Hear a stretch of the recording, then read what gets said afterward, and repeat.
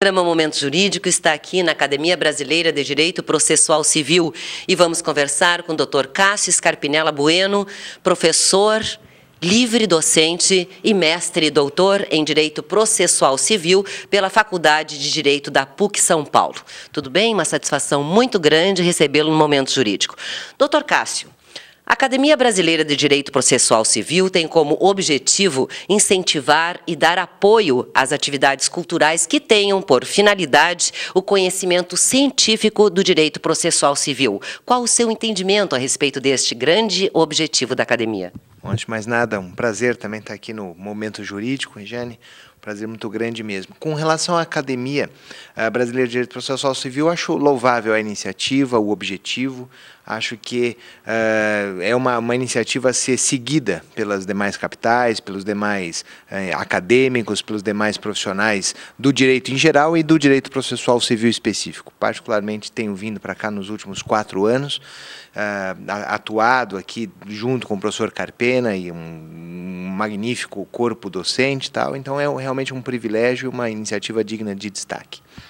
Na sua aula de hoje, do curso de pós-graduação em Direito Processual Civil, 5ª edição, o senhor irá abordar o tema execução de tutela de urgência. Pois bem, as tutelas de urgência têm como característica a satisfação do requerimento do autor, sob pena de perecimento do próprio objeto litigioso. Nos esclareça, então, mais a respeito deste tema de sua aula de hoje. A ideia do direito processual civil na atualidade, muito clara, difundida pela doutrina brasileira, pela doutrina estrangeira, é que não adianta apenas e tão somente o judiciário conseguir declarar o direito, né? Dizer que o consumidor tem direito em face de uma empresa, ou que o contribuinte tem direito em face do município, do Estado ou da União Federal, mas que é correlata a essa declaração do direito a satisfação desse direito. Né? Ou seja, né, literalmente declarar que você é credor e permitir que se leve para casa o dinheiro, etc. E tal.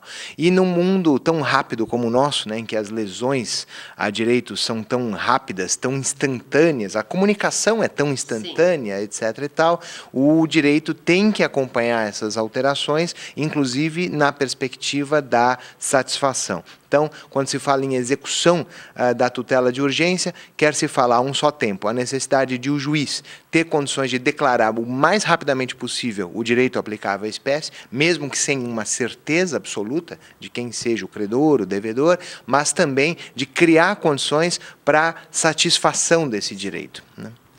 Dr. Cássio, em que momento do processo se pode determinar a cassação das tutelas de urgência, então? É entendido que essas tutelas de urgência sejam tutelas jurisdicionais prestadas o mais rapidamente possível e, portanto, como eu disse, sem um grau de certeza absoluta, né? Aí, tecnicamente, vai se falar sem cognição exauriente, mas com cognição sumária, para usar as expressões técnicas bastante comuns na doutrina, na jurisprudência.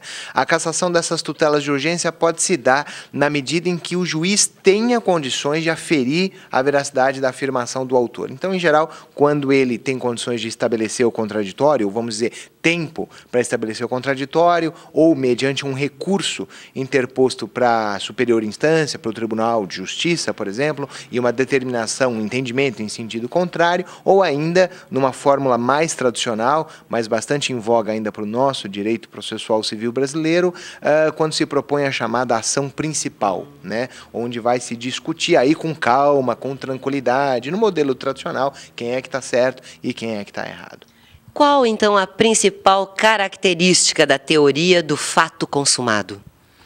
O fato consumado é algo que, numa perspectiva, vem prevalecendo na doutrina, na jurisprudência, né, do Superior Tribunal de Justiça, e que são situações muito peculiares, do tipo, concede-se uma tutela de urgência, em geral aparece com o nome de liminar, né, para cá, liminar para lá, mas enfim, essa seria uma das tutelas de urgência, e aquilo cria uma determinada situação fática. Por exemplo, eu quero me formar e a escola diz que eu não posso me formar por alguma pendência acadêmica. Eu vou ao judiciário e digo, olha, eu preciso me formar. E o judiciário se convence, pelo que ele consegue ver até lá, que eu faço jus à colação de grau. Então, ele, judiciário, permite que eu cole grau. E 1 ano depois, 2 anos depois, com muita calma, muito sossego, o juiz consegue verificar que não era o caso de eu ter colado o grau. Agora, o que se pergunta é, passado 1 ano, 2 anos depois, eu como profissional pratiquei uma série de atos, etc. e tal, é razoável que simplesmente aquela tutela de urgência seja cassada, seja eliminada? E a grande pergunta que se põe é, mesmo que se casse, o que acontece com os últimos 2 anos de atividade profissional de alguém? Então, nesse sentido, essa teoria do fato consumado procura, de alguma maneira, modular a cassação dos efeitos, ou seja, amenizar os problemas que são essa cassação de urgência, estabilizando algumas situações já consolidadas no mundo fático. Né? O STJ e o STF têm posicionamentos diferentes com relação a esta matéria. Qual a sua opinião?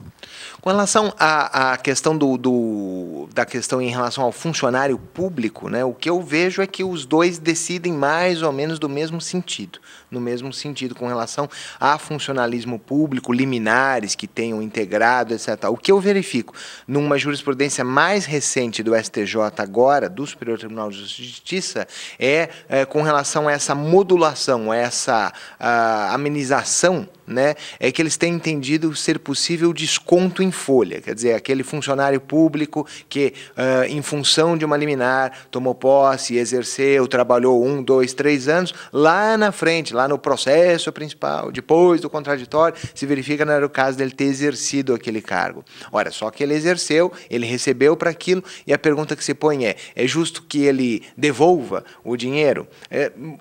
Tradicionalmente se diz, não, ele não tem que devolver nada, ele agiu de boa fé e tudo mais. O STJ, em algumas decisões mais recentes, eu verifiquei essa possibilidade de desconto, né, paulatino, um percentual pequeno, mês a mês, para meio recompor, para viabilizar essa recomposição da situação. Mais algum detalhe que o senhor queira esclarecer a respeito deste tema? Eu acho que o que é importante da execução da tutela de urgência é deixar bem claro isso, que a justiça hoje deve ser entendida não só como acesso, no sentido de ter possibilidade de levar um pedido, uma pretensão, enfim, uma alegação para o judiciário, mas é também ter condições de o judiciário reconhecer esse seu direito e criar condições de satisfação concreta desse mesmo direito. Ok, doutor Cássio, muito obrigada pela sua presença no programa Momento Jurídico e até o nosso próximo encontro. Quando voltar aqui à academia, estaremos aqui para conversarmos mais. Muito obrigado, eu que agradeço, fico à disposição. Obrigada. Maiores informações sobre a academia, sobre os cursos de pós-graduação em Direito Processual Civil, ligue para 3332-7283 ou acesse www.abdpc.org.br. Nós vamos aos comerciais, em seguidinha voltamos. Até já.